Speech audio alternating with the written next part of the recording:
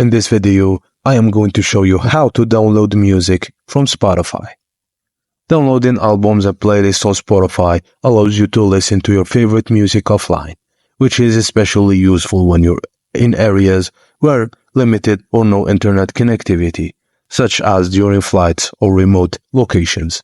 Here's what you can download content to offline listening on both Android and iOS devices. First, open the Spotify app and navigate to the album or playlist you wish to download. Look for the downward-facing arrow icon at the top left of the screen on the album or select Playlist page. Tap this arrow to start downloading. As the download progresses, you'll see a downward-facing arrow appear underneath each other song in the album or playlist.